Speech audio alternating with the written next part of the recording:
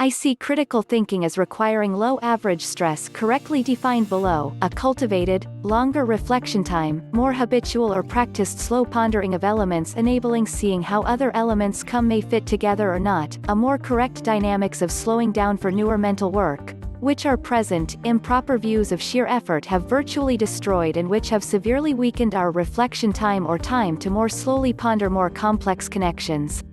Lol. Very high average stress when properly defined as a major problem.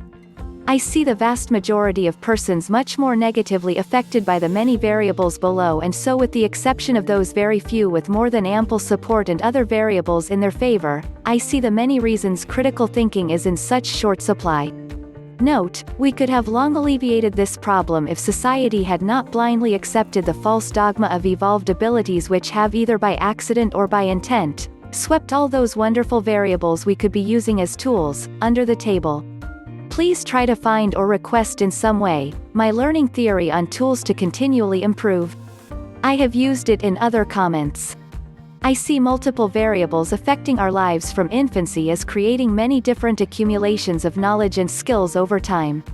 Try to see average stress as many maintained layers of mental work, not just situational stress or new mental work conflicts we are raised with, different from others, made up of many maintained layers of experiences, fears, anxieties, needs, circumstances, responsibilities along with many different weights and values of elements in our life developed from a young age which are maintained by our minds and by themselves many faulty with may accumulate in other layers of mental work which adds to our layers.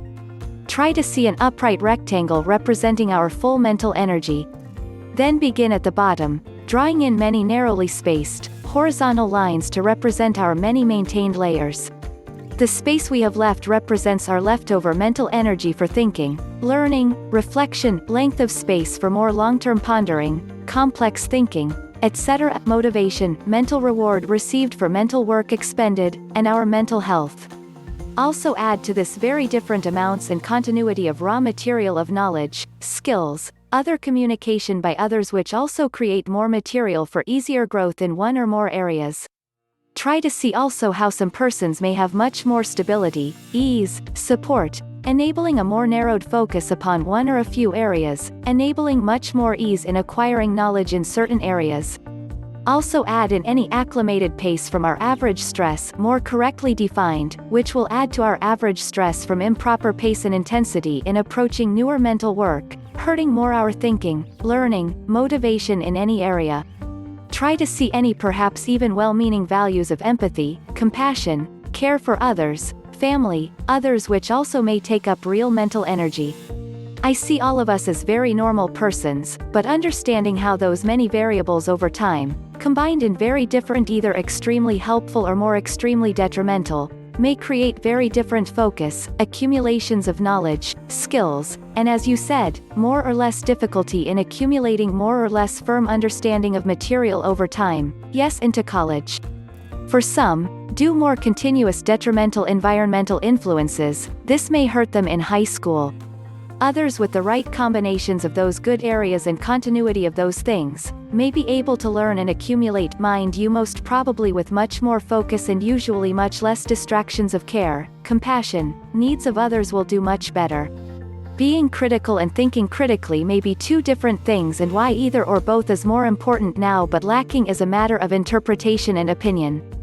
Has it ever been more critical that we muster being able to do both nowadays than at any other time and period in history? We were NT around at any other time so the point is academic in that sense but there is much to criticize in this day and age and thinking critically would best reveal and explain why this is so and what should and can be done about it. People care only about themselves now. They do NT care to understand things unless there is something in it for them, over and above the intrinsic value of what is to be learned. We do NT just learn for the sake of learning anymore.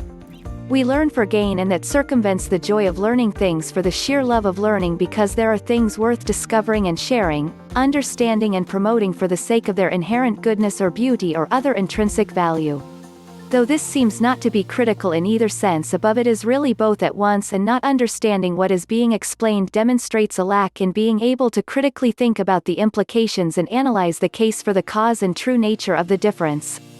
One reason why critical thinking is lacking is that we no longer want to know if there is more to what we think and do and how that might be discovered, understood, shared and promoted over and above the obvious, expected, banal, contrived, set up, usual, typical, ordinary or dull thing that is there for all to find, but what else is there to realize? What you might bring to the ideas of others may be original or deep or insightful or revealing or simply yet justifiably different but still there and useful.